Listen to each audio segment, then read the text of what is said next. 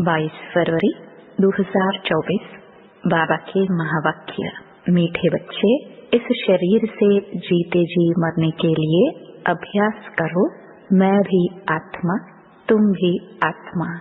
इस अभ्यास से ममत्व निकल जाएगा। प्रश्न: सबसे ऊंची मंजिल कौन सी है? उस मंजिल को प्राप्त करने वालों की निशानी क्या होगी? उत्तर: सभी देहधारियों से ममत्व टूट जाए, सदा भाई भाई की स्मृति रहे, यही है ऊंची मंजिल। इस मंजिल पर वही पहुंच सकते हैं जो निरंतर देही अभिमानी बनने का अभ्यास करते हैं। अगर देही अभिमानी नहीं तो कहीं न कहीं फंसते रहेंगे, या अपने शरीर में या किसी न किसी मित्र संबंधी के शरीर में। उन्हें कोई की बात अच्छी लगेगी या कोई का शरीर अच्छा लगेगा। ऊंची मंजिल पर पहुंचने वाले जिस्म देह से प्यार कर नहीं सकते, उनका शरीर का भान टूटा हुआ होगा। ओम शांति। रूहानी बाप रूहानी बच्चों को कहते हैं, देखो मैं तुम सभी बच्चों को आप समान बनाने आया हूँ। अब बाप आप समान बनाने कैसे आएंगे? वह है निराकार। कहते हैं मैं निराकार हूँ। तुम बच्चों को आप समान अर्थात निराकारी बनाने, जीते जी मरना सिखलाने आया हूँ। बाप अपने को भी आत्मा समझते हैं ना? इस शरीर का भान नहीं है। शरीर में रहते हुए भी शरीर का भान नहीं है। यह शरीर उनका तो नहीं है ना? तुम बच्चे भी इस शरीर का भान निकाल दो। तुम आत्माओं को ही मेरे साथ चलना है। यह शरीर जैसे मैंने लोन लिया है, वैसे आत्माएं भी लोन लेती हैं पाठ बजाने लिए। तुम जन्म जन्मांतर शरीर लेते आए हो। अब जैसे मैं जीते जी इस शरीर में हूँ, परंतु हूँ तो न्यारा अर्थात मरा हुआ। मरना शरीर छोड़ने को कहा जाता है। तुमको भी जीते जी इस शरीर से मरना है। मैं भी आत्मा, तुम भी आत्मा। तुमको भी मेरे साथ चलना है या यहाँ ही बैठना है?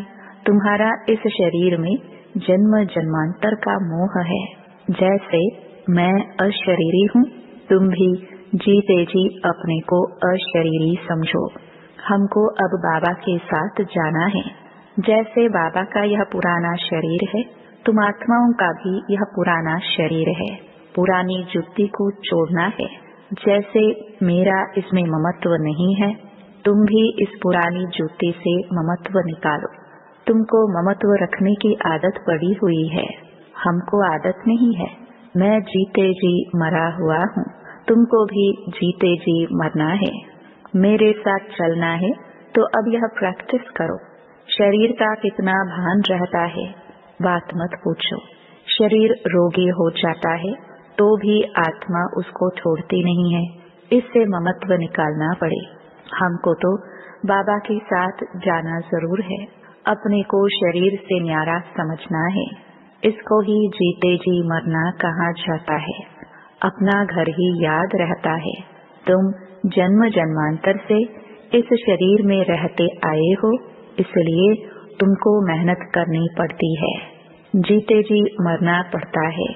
मैं तो इसमें आता ही टेम्पररी हूँ, तो मरकर चलने से अर्थात अपने को आत्मा समझकर चलने से कोई भी देहधारी में ममत्व नहीं रहेगा। अक्सर करके किसी न किसी का किसी में मोह हो जाता है, बस उनको देखने बगैर रह नहीं सकते। यह देहधारी की याद एकदम उड़ा देनी चाहिए, क्योंकि बहुत बड़ी मंजिल है। खाते पीते जैसे कि इस शरीर में हूँ ही नहीं। यह अवस्था पक्की करनी है, तब अष्ट रत्नों की माला में आ सकते हैं। मेहनत बगैर थोड़ी ऊंच पद मिल सकता है। जीते जी देखते हुए समझे कि मैं तो वहाँ का रहने वाला हूँ। जैसे बाबा इसमें टेम्पररी बैठा है, ऐसे अब हमको भी घर जाना है। जैसे बाबा का ममत्व नहीं है, वैसे हमको भी इसमें ममत्व नहीं रखना है। बाबा को तो इस शरीर में बैठना पड़ता है तुम बच्चों को समझाने लिए। तुमको अब वापस चलना है, इसलिए कोई देहदारी में ममत्व न रहे। यह फलानी बहुत अच्छी है, मीठी है, आत्मा की बुद्धि जाती है ना। बाप कहते हैं शरीर को नहीं, आत्मा को देखना है। शरीर को देखने से तुम फंस मरेंगे। बड़ी मंजिल है। तुम्हारा भी जन्म जन्मांतर का पुराना ममत्व है, बाबा का ममत्व नहीं है। तब तो तुम बच्चों को सिखलाने आया हूँ। बाप खुद कहते हैं मैं तो इस शरीर में नहीं फंसता हूँ, तुम फंसे हुए हो। मैं तुमको छुड़ाने आया हूँ। तुम्हारे 84 जन्म पूरे हुए, अब शरीर से बाहर निकालो। देही अभिमानी होकर न रहने से तुम कहीं न कहीं फंसते रहेंगे। कोई की बात अच्छी लगेगी, कोई का शरीर अच्छा लगेगा, तो घर में भी उनकी याद आती रहेगी। जिस्म पर प्यार होगा तो हार खा लेंगे। ऐसे बहुत खराब हो जाते हैं। बाप कहते हैं स्त्री पुरुष का संबंध छोड़ अपने को आत्मा समझो। यह भी आत्मा, हम भी आत्मा। आत्मा समझते समझते शरीर का भान निकलता जाएगा। बाप की याद से ही विकर्म भी विनाश होंगे। इस बात पर तुम अच्छी तरह से विचार सागर मंथन कर सकते हो। विचार सागर मंथन करने बगैर तुम उछल नहीं सकेंगे। यह पक्का होना चाहिए कि हमको बाप के पास जाना है जरूर। मूल बात है याद की। 84 का चक्र पूरा हुआ, फिर शुरू होना है। इस पुरानी देह से ममत्व नहीं हटाया तो फंस पड़ेंगे, या अपने शरीर में या कोई मित्र संबंधी के शरीर में। तुमको तो किससे भी दिल नहीं लगानी है। अपने को आत्मा समझ बाप को याद करना है। हम आत्मा भी निराकार, बाप भी निराकार। आधा कल्प तुम भक्ति मार्ग में बाप को याद करते आए हो ना। हे प्रभु कहने से शिवलिंग ही सामने आएगा। कोई देहधारी को हे प्रभु कह ना सके। सभी शिव के मंदिर में जाते हैं, उनको ही परमात्मा समझ पूजते हैं। ऊंचे से ऊंचा भगवान एक ही है। ऊंचे से ऊंचा अर्थात परम धाम में रहने वाला। भक्ति भी पहले अव्यभिचारी होती है एक की, फिर व्यभिचारी बन जाती है। तो बाप बार बार बच्चों को समझाते हैं कि तुमको ऊंच पद पाना है तो यह प्रैक्टिस करो। देहता भान छोड़ो। सन्यासी भी विकारों को छोड़ते हैं ना। आगे तो सतो प्रधान थे, अभी तो वह भी तमो प्रधान बन पड़े हैं। सतो प्रधान आत्मा कशिश करती है, अपवित्र आत्माओं को खींचती है, क्योंकि आत्मा पवित्र है। भल पुनर्जन्म में आते हैं तो भी पवित्र होने के कारण खींचते हैं। कितने उन्हों के फॉलोवर्स बनते हैं। जितनी पवित्रता की जाती ताकत, उतने ज्यादा फॉलोवर्स। यह बाप तो है ही एवर प्योर और है भी गुप्त। डबल है ना। ताकत सारी उनकी है, इनकी, ब्रह्मा की नहीं। शुरू में भी तुमको उसने कशिश की, इस ब्रह्मा ने नहीं, क्योंकि वह तो एवर प्योर है। तुम कोई इनके पिछाड़ी नहीं भागे। यह कहते हैं मैं तो सबसे जास्ती पूरे 84 जन्म प्रवृत्ति मार्ग में रहा, यह तो तुमको खींच ना सके। बाप कहते हैं मैंने तुमको खींचा। भल सन्यासी पवित्र रहते हैं, परंतु मेरे जैसा पवित्र तो कोई भी होगा नहीं। वह तो सब भक्ति मार्ग के शास्त्र आदि सुनाते हैं। मैं आकर तुमको सब वेदों शास्त्रों का सार सुनाता हूँ। चित्र में भी दिखाया है, विष्णु की नाभि से ब्रह्मा निकला, फिर ब्रह्मा के हाथ में शास्त्र दिखाए हैं। अब विष्णु तो ब्रह्मा द्वारा शास्त्रों का सार सुनाते नहीं हैं, वो तो विष्णु को भी भगवान समझ लेते हैं। बाप समझाते हैं मैं इन ब्रह्मा द्वारा सुनाता हूँ, मैं विष्णु द्वारा थोड़े समझाता हूँ। कहाँ ब्रह्मा कहाँ विष्णु। ब्रह्मा सो विष्णु बनते हैं, फिर 84 जन्म के बाद यह संगम होगा। यह तो नई बात है ना। कितनी वंडरफुल बातें हैं समझाने की। अब तो बाप कहते हैं बच्चे जीते जी मरना है। तुम शरीर में जीते हो ना, समझते हो हम आत्मा हैं, हम बाबा के साथ चले जाएंगे।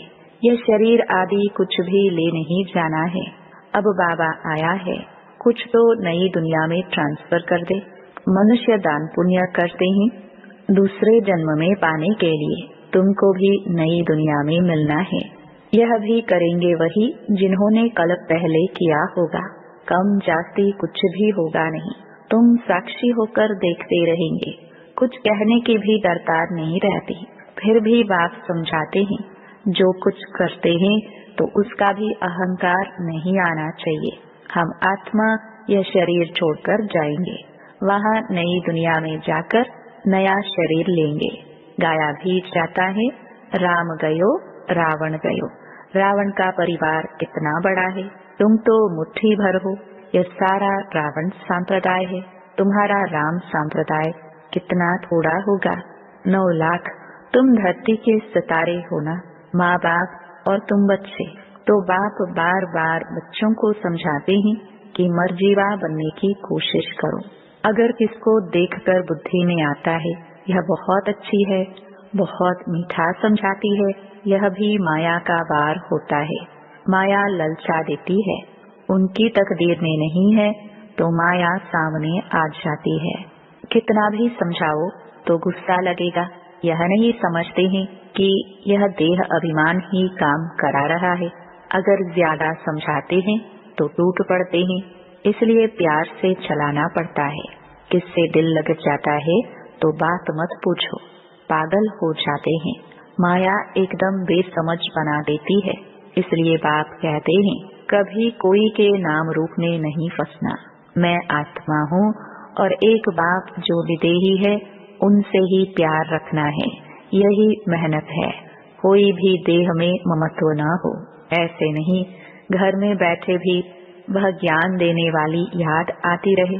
बड़ी मीठी है, बहुत अच्छा समझाती है। अरे मीठा तो ज्ञान है, मीठी आत्मा है। शरीर थोड़े ही मीठा है, बात करने वाली भी आत्मा है। कभी भी शरीर पर आशिक नहीं होना है। आजकल तो भक्ति मार्ग बहुत है। आनंदमयी माँ को भी माँ माँ करते ही याद करते रहते हैं। अच्छा बाप कहाँ है? वर्षा बाप से मिलना है या माँ से? माँ को भी पैसे कहाँ से मिलेगा? सिर्फ माँ माँ कहने से जरा भी पाप नहीं कटेंगे। बाप कहते हैं मामेकम याद करो, नाम रूप में नहीं फंसना है और ही पाप हो जाएगा, क्योंकि बाप का नाफरमान बरदार बनते हो। बहुत बच्चे भूले हुए हैं। बाप समझाते हैं मैं तुम बच्चों को लेने आया हूँ सो जरूर ले जाऊंगा, इसलिए मेरे को याद करो। एक मुझे याद करने से ही तुम्हारे पाप कटेंगे। भक्ति मार्ग में बहुतों को याद करते आए हो, परंतु बाप बगैर कोई काम कैसे होगा? बाप थोड़ी कहते हैं माँ को याद करो, बाप तो कहते हैं मुझे याद करो। पतित पावन मैं हूँ, बाप के डायरेक्शन पर चलो। तुम भी बाप के डायरेक्शन पर औरों को समझाते रहो। तुम थोड़े ही पतित पावन ठहरे, याद एक को ही करना है। हमारा तो एक बाप, दूसरा न कोई। बाबा हम आप पर ही वारी जाएंगे। वारी जाना तो शिव बाबा पर ही है और सबकी याद छूट जानी चाहिए। भक्ति मार्ग में तो बहुतों को याद करते रहते हैं, यहाँ तो एक शिव बाबा, दूसरा न कोई। फिर भी कोई अपनी चलाते हैं तो क्या गति सदगति होगी? मूंझ पड़ते हैं, बिंदी को कैसे याद करें? अरे तुमको अपनी आत्मा याद है ना कि मैं आत्मा हूँ, वह भी बिंदी रूप ही है। तो तुम्हारा बाप भी बिंदी है। बाप से वर्षा मिलता है, माँ तो फिर भी देहदारी हो जाती है। तुमको विदेही से ही वर्षा मिलना है, इसलिए और सब बातें छोड़ एक से बुद्धि योग लगाना है। अच्छा मीठे मीठे सिखिलदे बच्चों प्रति माता पिता बाप दादा का याद प्यार और गुड मॉर्निंग। रूहानी बाप की रूहानी बच्चों को नमस्ते। धारणा के लिए मुख्य सार। पहला, शरीर का भान खत्म करने के लिए चलते फिरते अभ्यास करना है, जैसे कि इस शरीर से मरे हुए हैं, न्यारे है, शरीर में है ही नहीं, बिगर शरीर आत्मा को देखो। दूसरा, कभी भी किसी के शरीर पर तुम्हें आशिक नहीं होना है। एक विदेही बाप से ही प्यार रखना है, एक से ही बुद्धि योग लगाना है। वरदान, सेवा और स्व पुरुषार्थ के बैलेंस द्वारा ब्लेसिंग प्राप्त करने वाले कर्म योगी भव। कर्म योगी अर्थात कर्म के समय भी योग का बैलेंस हो। सेवा अर्थात कर्म और स्व पुरुषार्थ अर्थात योग युक्त। इन दोनों का बैलेंस रखने के लिए एक ही शब्द याद रखो कि बाप करावनहार है और मैं आत्मा करनहार हूँ। यह एक शब्द बैलेंस बहुत सहज बनाएगा और सर्व की ब्लेसिंग मिलेगी। जब करनहार के बजाय बाप को करावनहार समझ लेते हो तो बैलेंस नहीं रहता और माया अपना चांस ले लेती है। स्लोगन: नजर से निहाल करने की सेवा करनी है तो बाप दादा को अपनी नजरों में समा लो। ओम शांति।